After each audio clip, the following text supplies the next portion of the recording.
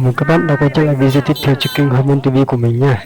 Hiện tại là mình đang ở chợ phiên Bắc Hà vào một ngày vào chiều mùa đông qua tháng 12 của năm 2023.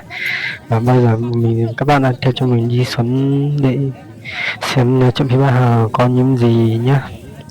Và từ đây cái này xuống này là cái chỗ chợ bán rau và chủ nhật hàng tuần của chợ phiên Bắc Hà mọi người ạ.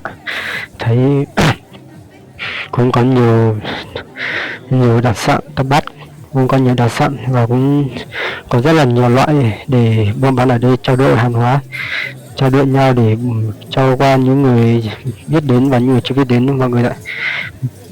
Và thấy có những cái có rau quả các kiểu,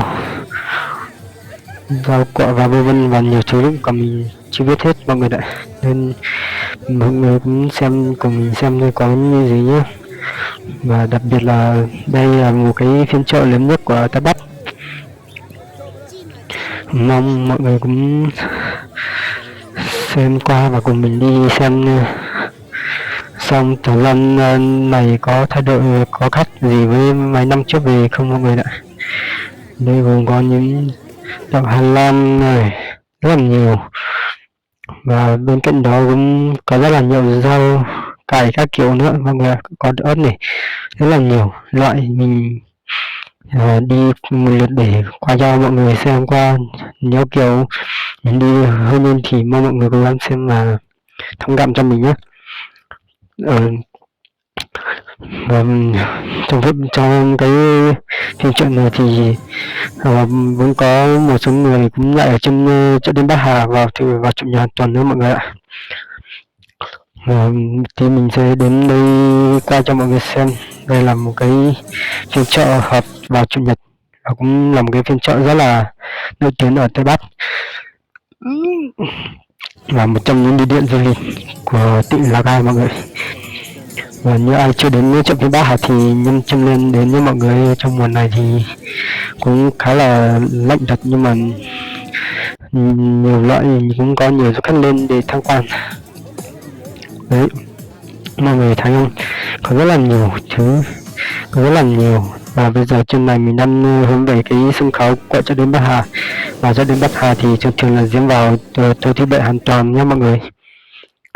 Mà như ai chưa đến chợ đêm Bắc Hà thì cứ mỗi lần mỗi tuần đến tối thứ Bảy thì mọi người có thể lên để trải nghiệm những điểm nhạy và những tiết mục văn nghệ hấp dẫn của chợ Bắc Hà nha mọi người. Giờ mình đang quay một lượt ở dưới này xem, và bây giờ mình đang hướng về cái sân khấu và cũng có mấy em mọi người hay mong lại trên này mọi người ạ.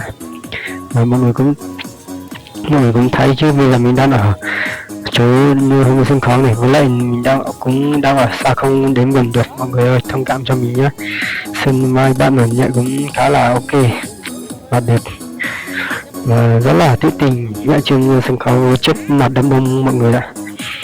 Nếu mọi người thấy video này hay, mọi người có thể ủng hộ mình nhé để mình tiếp tục làm nhiều video hơn.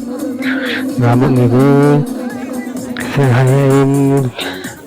hay chị em này nhạy cũng khá là ok mọi người nhỉ. Vì họ thường nhận vào tối thứ Bảy và sáng chủ nhật mọi người ạ, nhưng mà sáng chủ nhật thì đông khách, với lại là họ cũng chủ nhật từ lúc 8 giờ cho đến 10 giờ hoặc 9 giờ thôi mọi người ạ, nên mọi người cũng đến sớm thì cũng có thể gặp đội này nhạy trên này mọi người ơi.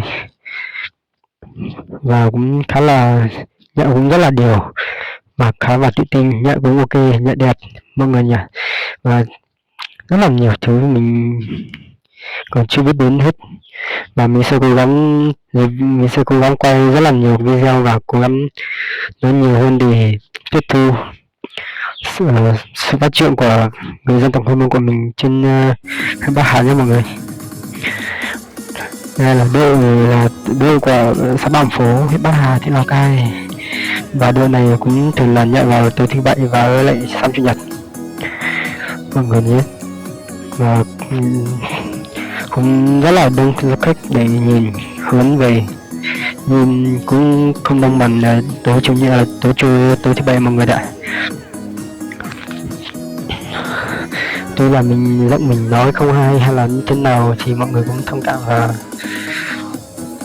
thông cảm cho mình tí nhé, để mình mình có thể chia sẻ giọng của mình hay hơn và nói rõ hơn cho mọi người nghe. Biết là trong thời gian qua mình không có thời gian đi làm video cho mọi người xem, bây giờ mình cũng sẽ cố gắng tranh thủ như này dạy để đi quay cho mọi người nghe xem, và mọi người cũng sẽ tiếp tục ủng hộ mình nhá và theo dõi trên kênh Herman TV của mình. Cảm ơn mọi người rất nhiều ạ. Và có nhiều lúc thì mình có một cái miếng nó cứ không thu ăn được đấy, lúc thì thu ăn được, lúc thì không thu ăn được, nên mình cũng không biết thế nào mọi người có thể thông cảm cho mình nhé, thì mình sẽ chia sẻ lại và sửa lại cái miếng thức ăn để nó rõ cho mọi người nghe. Nhiều lúc mình nói bằng không nói qua miếng thì mình nói bằng rộng bình thường thì nó kiểu trợ ồn quá ấy, không nghe rõ, nên mọi người cũng thông cảm cho. Vì trong thời gian này thì cũng rất là khó khăn, và mùa này là mùa đông rồi mọi người ạ, cuối năm gọi là tháng cuối của năm 2023, nên cũng khá là lạnh.